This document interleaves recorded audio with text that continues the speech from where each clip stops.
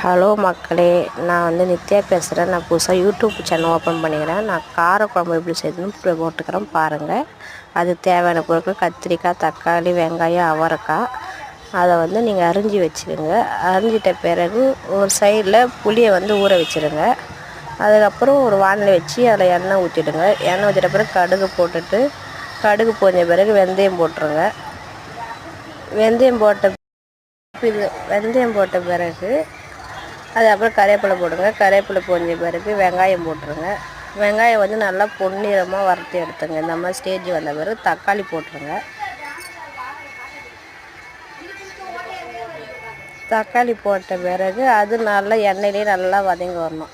நல்லா வதங்கி இந்த மாதிரி வந்த பிறகு கத்திரிக்காய், அவரைக்காவை அரிஞ்சு வச்சுல போட்டுருங்க. போட்டுட்டு அது நல்லா எண்ணெயிலே வதக்கி எடுத்துருங்க.